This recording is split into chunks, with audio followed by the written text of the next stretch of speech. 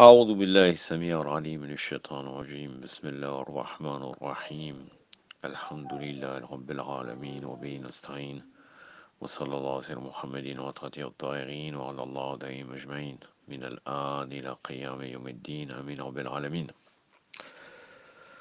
Encyclopédie chiite, toujours le cinquième livre, le cinquième volume, l'Islam d'Abu Taleb, deuxième partie. Ça va être assez long, il y a partie 3 et partie 4, je vais essayer de vous faire pour terminer sur ce sujet. Inch'Allah, je vais essayer de faire que 2 parties.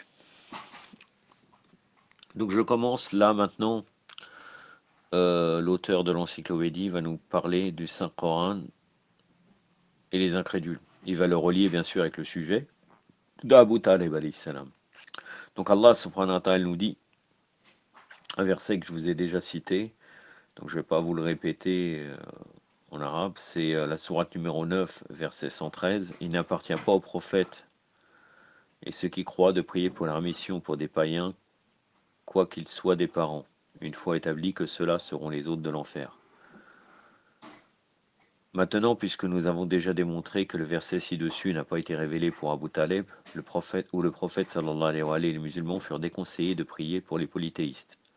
Ça nous aidera à regarder ces versets qui ont demandé au prophète sallallahu alayhi wa sallam et aux croyants de ne pas établir de relations avec les polythéistes, de prier encore moins pour eux, de les aimer et d'avoir du respect. Allah nous dit dans la sourate Al-Mujaddala, donc la sourate 58, verset 22, vous ne trouverez pas un peuple qui croit en Allah au jour dernier de traiter en ami ceux qui agissent en opposition à Allah et à son apôtre, quoi qu'ils aient été leur propre père, ou leur fils, ou leur frère. Ce sont eux qui ont des cœurs impressionnés de foi et qu'il a renforcés par une inspiration. Il les fera entrer dans les jardins sous lesquels les fleuves coulent, demeurant immortels. Allah est satisfait d'eux et eux sont satisfaits de lui. Ce sont le parti d'Allah, sûrement le parti d'Allah et les vainqueurs. أعوذ بالله السميع العليم من الشيطان الرجيم لا تجدوا قوما يؤمنوا بالله واليوم الآخر يودون ما عدا الله ورسوله ولو كان أباهم وأبناهم وإخوانهم وعشيرتهم أولئك كتب في قلوبهم إيمان ويدهم بروح منه ويدخلهم جنات تجري من تحتها الأنهار خالدين فيها رضي الله عنهم ورضوا عنه أولئك حزب الله ألا إن حزب الله هم المفلحون صدق الله العلي العظيم. Ceci a été révélé lors de la bataille de Badr. Cet événement s'est produit en l'an 2 de l'Hégire. De quelque manière, il y a quelques commentateurs qui rapportent sa révélation dans la bataille d'Uhud. Celle-ci s'est produite en l'an 3 de l'Hégire. Ce verset nous conseille de ne pas avoir d'amis avec un incroyant ou même de les aimer. Ce chapitre a bien été descendu avant que la sourate Bara, chapitre 9, le verset cité auparavant. Donc déjà, c'est impossible que le verset de sourate al-Bara a été concernerait le Abu Taleb de toute façon, puisqu'en fait, lors de la bataille de Badr, il était déjà décédé. Déjà, c'est déjà déconseillé de s'allier là. On ne doit pas s'allier avec des mécréants de notre famille. Et par la suite, le verset qui nous dit de ne pas prier pour la rémission pour des païens, de Surat Bara, ça vient bien après la bataille de Badr ou la bataille d'Uhud. La référence des Bakrides qui nous parle du fait que ça a été un verset qui concerne la bataille de Badr ou bien lors de la bataille d'Uhud, c'est Tafsir ibn Kassir, volume 4, page 329. Tafsir Shokafi, volume 5, page 189. Tafsir el-Alousi, volume 28, page 37. Allah subhanahu wa ta'ala nous dit aussi, dans la sourate An-Nisa, donc la sourate des femmes, le verset 139, ceux qui prennent les incrédules comme maîtres plutôt que les croyants, recherchent-ils l'honneur par eux, alors sûrement tout l'honneur est pour Allah. أعوذ بالله السميع العليم من الشيطان الرجيم الذين يدحدون الكافرين أولياء من دون المؤمنين أيبتغون عنده حزة فإن حزة لله جميعا صدق الله العلي العظيم. Un autre verset, toujours dans Sourate An-Nisa, Sourate des femmes, le verset 144, la sourate numéro 4. Ô vous qui croyez, ne prenez pas les incrédules comme protecteurs au lieu des croyants, désirez-vous que vous devriez fournir à Allah des preuves manifestes contre vous-même. أعوذ بالله السميع العليم من الشيطان الرجيم يا أيها الذين آمنوا لا تتخذوا للكافرين أولياء من دون المؤمنين أتريدون أن تجعلوا لله عليكم سلطان المبين صدق الله العلي العظيم. Ça c'est une sourate mécoise où les versets ci-dessus déconseillent les croyants de prendre des incrédules comme aide ou protecteurs. Comment le prophète sallallahu alayhi wa sallam pouvait-il obtenir du soutien si nous supposons qu'Abu Talib soit un incroyant? De plus, ce verset a bien été indiqué avant le chapitre 9, qui est le foyer de notre ascension. Tafsir al-Qurtubi, volume 5, page 1. Un autre verset, la sourate Ali Imran, le verset 28. Que nous est-il dit? Donc la sourate numéro 3. Que les croyants ne prennent pas les incrédules pour des amis plutôt que les croyants. Et celui qui fait ceci, il n'aura rien à attendre d'Allah, à moins que ces gens-là constituent un danger pour vous. Et Allah vous met en garde contre lui-même, le retour sera vers Allah. أعوذ بالله السميع العليم من الشيطان الرجيم لا يتحد المؤمنون الكافرين أولياء من دون المؤمنين ومن يفعل ذلك فليس من الله في شيء إلا أن تتقوا منه تقاة ويهديكم الله نفسه وإليه المصير صدق الله العلي العظيم. Selon la première référence, les 80 premiers versets de ce chapitre ont été indiqués pendant le commencement de l'Hégire. Donc, selon les 80 premiers versets de Sourate Ali Imran, les dernières références indiquent que le verset ci-dessus, le verset 28, a été révélé pendant la bataille d'El-Arzab, en l'an 5 de l'Hégire. La dernière référence indique que la Sourate Ali Imran et la Sourate Bara ont été révélées avec un espace de 4 sourates. Sirah ibn Hisham, volume 2, page 207. Tafsir al-Qurtubi, volume 4, page 58. Tafsir al-Khazan, volume 1, page 235. Tafsir al-Qur'an, volume 1, page 17.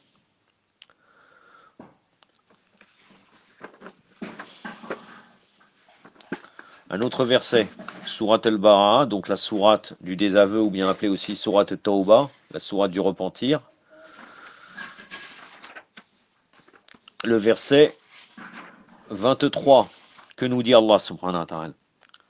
Ô vous qui croyez, ne prenez pas vos pères et vos frères pour des gardiens s'ils aiment l'incrédulité davantage que la foi. Et si jamais vous les prenez pour des gardiens, ceux-ci sont des injustes. أعوذ بالله السميع العليم من الشيطان الرجيم يا أيها الذين آمنوا لا تتخذوا آباءكم وإخوانكم أولياء إن تشهبوا الكفر على الإيمان وإن تولوا منكم فأولئك هم الظالمون صدق الله العلي العظيم. Un autre verset, toujours dans la sourate, toujours Tawbah, le verset numéro 80. Demandez la rémission pour eux ou ne pas demander la rémission, même si vous demandez la rémission 70 fois, Allah ne les pardonnera pas, c'est parce qu'ils sont incroyants en Allah et à l'apôtre, et Allah ne guide pas les transgresseurs. أعوذ بالله السميع العليم من الشيطان الرجيم استغفر لهم ويستغفر لهم استغفر لهم سبعين مرة فلن يغفر الله لهم ذلك بأنهم كفروا بالله ورسوله والله لا يهدي القوم الفاسقين صدق الله العلي العظيم. Donc ces deux versets ont été révélés avant le verset 113 de la sourate 9, le verset utilisé contre Abu Talib, et je conclus cette discussion par une question à ses accusateurs. Est-il possible que le prophète demanderait qu'Abu Talib alayhi salam soit pardonné, particulièrement quand ces deux versets déclarent la futilité de faire ainsi, supposant qu'Abu Taleb est mort dans la croyance. Si votre réponse est oui, alors cela irait à l'encontre des textes du livre saint et de la volonté d'Allah. Le fait est que le verset 113 de la sourate 9 est un ordre au prophète en général et n'est pas une appréhension, ne concerne pas uniquement le prophète Mohammed sallallahu alayhi wa sallam. Ceci deviendra clair lorsqu'on regarde le verset suivant. Donc le verset qui a tout de suite après, le verset 113. Ibrahim alayhi salam ne demanda pardon pour son père qu'en vertu d'une promesse qui lui avait été faite, mais quand il vit clairement qu'il est l'ennemi d'Allah, il le désavoua. Donc le verset 114. A'udhu billahi as-sami' al-'alim minash shaitanir rajim. Wa ma kana istakfaru Ibrahim li abi ila wa'iddatin wa'adaha iyyahu falama tabayyana lahu annahu aduwwun lillah tabara minhu. Sadaqallahu al-'aliyyul 'azim. Donc c'est du début du verset jusqu'aux 2 tiers. Et le vrai et son père de Ibrahim alayhi salam, son vrai père était Tarour. Ceci a besoin d'une discussion séparée. Maintenant, la partie numéro 4 donc de l'islam d'Abu Taleb, je commence. Certainement, ce qui a été dit au sujet de cette matière dans les dernières parties, ceci laisse quelques questions sans réponse. Cet article se concentrera sur l'attitude adoptée par Abu Taleb alayhi salam envers son neveu, le prophète Mohammed sallallahu alayhi wa sallam, sa contribution vers la propagation de l'islam, ainsi que la déclaration de sa foi dans plusieurs occasions rapportées par les mukhalifin. Les lecteurs de l'histoire islamique reconnaissent que les clans de Quraysh ont livré à Abu Taleb un ultimatum afin d'arrêter son neveu, de diffamer leur père, de déprécier leur Dieu et de ridiculiser leur esprit. Autrement, il confronterait le prophète sallallahu alayhi wa sallam et son clan sur un champ de bataille. Abu Taleb n'a eu aucun doute d'accepter le défi des Qurayshites jusqu'à mourir et l'annihilation totale de son clan. Pourtant, il n'a pas pressé son neveu pour arrêter la propagation de l'islam. Il lui a seulement informé de l'ultimatum Qurayshite et lui ont répondu avec bonté de se prémunir lui-même et son neveu contre eux et de n'être pas à la charge qu'il ne peut supporter. De ne pas prendre une charge qu'il ne peut supporter. Quand le messager a rejeté l'ultimatum, il déclara son nom qu'il n'échangerait pas son message contre la possession de l'univers entier. Abu Taleb alayhi salam a immédiatement renversé son attitude et a décidé d'aller avec le messager jusqu'au bout. C'est évident de la réponse qu'il a fait au prophète sallallahu alayhi wa sallam. Mon neveu continue, dites ce que vous aimez, je ne vous laisserai jamais entre leurs mains à tout moment. Donc là c'est dans Sirat ibn Hisham, donc biographie du prophète, volume 1, page 266, Tabaqat ibn Sa'd, volume 1, page 186, l'histoire de Tabari, l'édition Samba de la version française, volume 3, page 78 à 79, voire aussi à la page 83. Diwan Abu Taleb, page 24, Sharin Bil Hadid, volume 3, page 306, l'histoire d'Ibn Kassir, volume 2, page 258, l'histoire de Boulfida, volume 1, page 117, Sirat el-Halabiyya, volume 1, page 306. Abu Taleb a accompli cette promesse avec distinction. Quand un Mécois a jeté de la saleté sur le messager, tandis qu'il se prosternait, Abu Taleb a brandi son épée et tenu à la main son neveu, puis est venu à la mosquée sacrée. Un groupe d'ennemis s'asseyait là, et quand certains d'entre eux ont tenté Abu Taleb, il leur a dit « Par celui que Muhammad sallallahu alayhi wa sallam croit, si l'un de vous se lève, je le frapperai avec mon épée. » Donc c'est les références citées plus haut. Quand une personne veut jurer, il jure par quelque chose qu'il acquérait de la sainteté pour lui, et non envers une chose qu'il ne croit pas. Ce qui précède du rapport diplomatique et politique d'Abu Taleb s'avère pour les gens doués d'intelligence qu'il a cru à Allah, au Dieu de Muhammad sallallahu alayhi wa sallam. Alors Abu Taleb lui a demandé qu'il fût la personne responsable de cet acte honteux, avoir répandu de la saleté. Et sur sa réponse du prophète, Hamza jeta de la poussière sur les individus qui ont montré de l'animosité vers le prophète sallallahu alayhi wa sallam.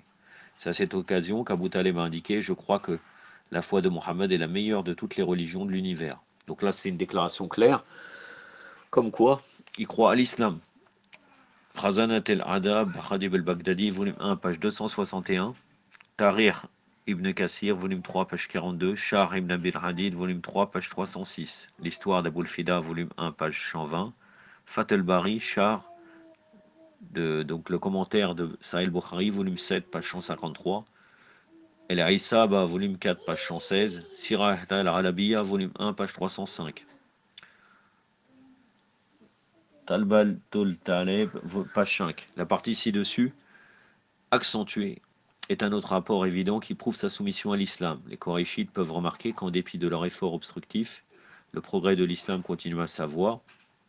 Ils ont maintenant décidé de mettre un terme au prophète, sallallahu alayhi wa sallam, et sa famille dans un état de siège et d'excommunication, jusqu'à ce qu'ils les aient tous éliminés. À cet effet, un pacte a été enregistré, auquel chaque tribu avait signé. Ils devaient dissoudre leurs rapports matrimoniaux avec les Banu Hachem, de faire qu'aucun achat ou leur vendre quoi que ce soit, de se dissocier d'eux et leur permettre aucune disposition. Ils ont continué ce comportement jusqu'à l'exécution. Ce pacte était alors accroché sur la porte de la Kaaba. Ainsi Abu Talib avec sa famille furent déplacés dans une caverne montagneuse connue sous le nom de Sheb Abi Talib. Les Hachémites ont été entièrement aliénés du reste des habitants de la ville. Leur forteresse a également été en proie par les Koreish et faisait respecter l'interdiction dans toute sa rigueur et de prévenir la possibilité d'approvisionnement. Ils se sont trouvés parfois réduits à la famine pour vouloir des approvisionnements. Sous la constante surveillance des Koreish, Abu Talib a même craint des attaques de nuit et pour cette raison il était sur sa garde pour la sûreté de Mohammed sallallahu alayhi wa sallam, chargea souvent des postes de garde contre des violences soudaines. À l'issue de la 3e année d'interdiction, Mohammed sallallahu alayhi wa sallam, Allahumma salli ala Muhammad wa alihi, déclara à son oncle Abu Talib qu'Allah avait montré sa désapprobation de cette convention à son encontre et avait envoyé des vers pour manger tous les mots du document attaché dans la Kaaba, excepté son propre nom. Abu Talib croyait à son neveu comme messager des révélations des cieux. Sans hésitation, il allait au Quraysh et leur indiquait ce que Mohammed sallallahu alayhi wa sallam avait dit. La discussion est enregistrée comme suit. Mohammed nous a informé, je te demande de le confirmer pour vous-même. S'il est vrai, alors je demande de repenser au lieu de préoccuper Mohammed ou de mettre notre patience à l'essai. Croyez-nous, nous préférons donner nos vies plutôt que de vous remettre Mohammed sallallahu alayhi wa sallam. Et si Mohammed s'avère erroné dans ses mots, nous vous remettrons Mohammed sans réserve. Alors vous avez la liberté du traitement que vous aimez, tuez-le ou maintenez-le vivant. À ces propositions, les Quraysh ont convenu d'inspecter le document et à leur surprise, ils l'ont trouvé mangé par des vers. Seulement le nom d'Allah était toujours dessus. Ils ont répondu que c'était un sortilège de Mohammed sallallahu alayhi wa sallam. Abu Talib alayhi salam fut exaspéré des Quraysh lorsqu'ils restèrent sur leur position. Puis il saisit l'extrémité du tissu de la Kaaba d'une main, puis de l'autre, vers le ciel et a prié « Ô Seigneur, aide-nous contre ceux qui nous ont subjugué la torture. » Tabaqat ibn Sa'd, volume 1, page 183, Sirat ibn Hisham, volume 1, page 399 et page 404. Awan al-Iqbar par Qutayba, volume 1, page 151. Tariq al-Yaqoubi, volume 2, page 122. El-Istisrab, volume 1, page 57. Khazat al-Irba par Khatib al-Baghdadi, volume 1, page 252. L'histoire d'Ibn Kassir, volume 3, page 84. Rasail al-Qobra, volume 1, page 151. Sirat al-Halabiya, volume 1, page 286.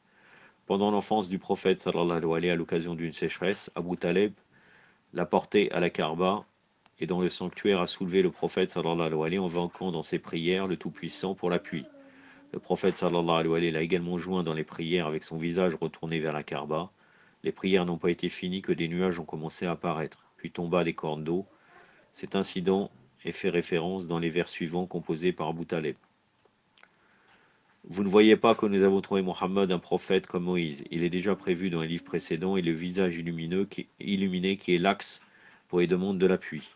Il est le ressort pour l'orphelin, le secours pour l'orphelin, un protecteur pour la veuve. Il faut souligner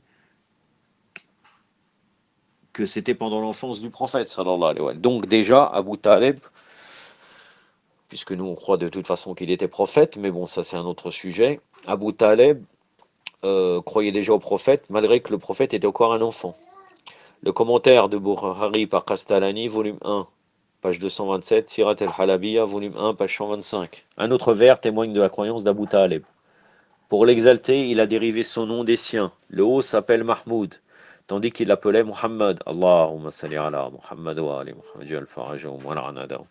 Il n'y a aucun doute qu'Allah a nommé Muhammad comme prophète, donc Ahmed est la personnalité la plus exaltée dans l'univers. Dalail Nubuwa par Abu Nuaym, volume 1, page 6. Histoire d'Ibn Asakir, volume 1, page 275. Shar ibn Abil Hadid, volume 3, page 315. Histoire d'Ibn Kassir, volume 1, page 266. Tariq al-Ramiz, volume 1, page 254. Abu Taleb était un homme de grande foi et a eu une forte croyance en Muhammad sallallahu alayhi wa sallam. Il a vécu avec cette mission environ 11 ans et les difficultés pour Muhammad sallallahu alayhi wa sallam ont augmenté en ampleur par le passage du temps. C'était particulièrement apparent après sa mort puisque les Quraysh l'ont soumis à plus de problèmes, des douleurs qui étaient impensables pendant la vie d'Abu Taleb. Ibn Abbas relate une tradition qui, lorsqu'une personne de Quraysh a déversé de la saleté sur sa tête, il est allé à la maison. C'est à cette occasion que le prophète sallallahu alayhi wa sallam fait remarquer Quraysh ne m'aurait jamais rencontré avec un tel traitement pendant la vie d'Abu Taleb, puisqu'ils étaient des lâches. L'histoire de Tabari, volume 3, page 96, Histoire d'Ibn Asakir, volume 1, page 284, Mustadrak el-Hakim, volume 2, page 622, l'Histoire d'Ibn Kassir, volume 3, page 122, El-Fahir, par Zamashkari, volume 2, page 213, Tariq al-Ramiz, volume 1, page 253, Sirat el-Halabiya, volume 1, page 375, Fath al-Bari, volume 7, page 153 et page 154, Sirat ibn Hisham, Sirah ibn Hisham, volume 2, page 58.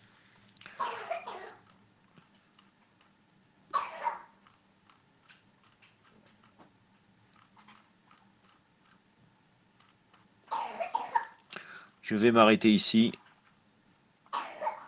Je continuerai la prochaine fois. Je suis à 21 minutes finalement. J'ai terminé les 4 parties, mais nous arrivons à la cérémonie du mariage du prophète. Et après, il y a quelques autres derniers soupirs d'Abu Taleb, quelques références chiites sur Abu Taleb et certaines questions à répondre que les mukhalifines ont données. Donc, je continuerai Abu Taleb en 3 parties. Là, finalement, et ça sera assez court, ça durera une dizaine de minutes à peu près. Aktafi Badal Qadr, wa sallallahu alayhi wa sallam, Muhammadin wa tratir ta'irin, wa salamu alaikum wa rahmatullah.